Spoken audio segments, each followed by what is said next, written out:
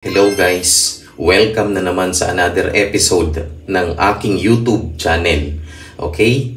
Mga kaibigan, ang isi-share ko ngayon sa inyo ay ang pagluto ng easy to make carbonara overload. Okay? Mga kaibigan, ang ingredients natin ay syempre yung ating pasta.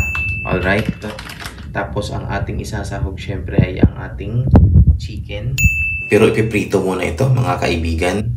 Ang ating Hawaiian ham, ang ating sweet ham, ang ating bacon, of course, ang ating all-purpose cream, ang ating evaporated milk, ang ating butter, cheese, of course, mga kaibigan, yung ating onion, garlic, paminta, at ang ating salt para magkaroon ng lasa. Okay?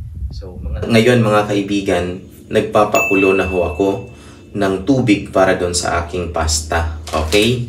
So, ito na ho yun mga kaibigan. So, bubuksan ko na. By the way mga kaibigan, yung ating pasta ay 500 grams lang.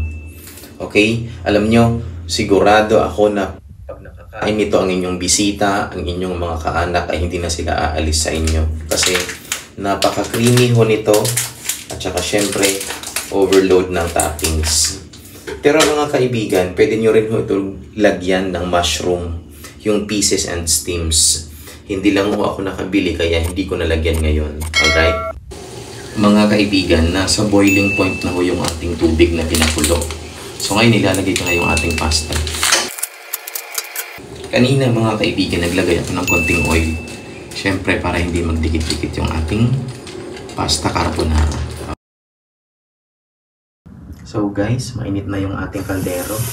Ilalagay ko na yung ating butter. Next mga kaibigan, yung ating sibuyas. Sunod yung ating bawang. Next mga kaibigan, yung ating chicken. Yung ating bacon mga kaibigan. So syempre yung ating sweet ham. Hawaiian ham. Of course, mga kaibigan, yung ating salt and pepper.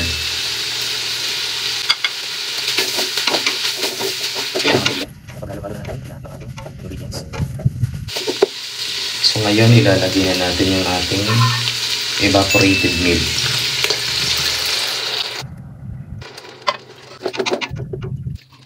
Mga kaibigan, pwede rin ho ninyo ito lagyan ng mushroom. And of course, ilalagay na natin yung ating all-purpose cream.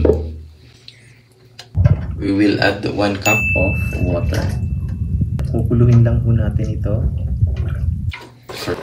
So guys, nasa boiling point na yung ating mixture ng ating carbonara.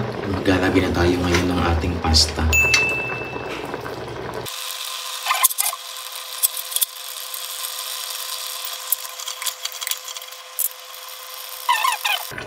Sigurado ba ako na magugustuhan ito ng inyong mga anak?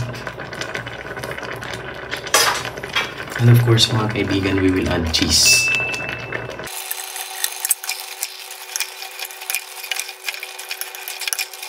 So guys, ito na yung ating creamy carbonara overload.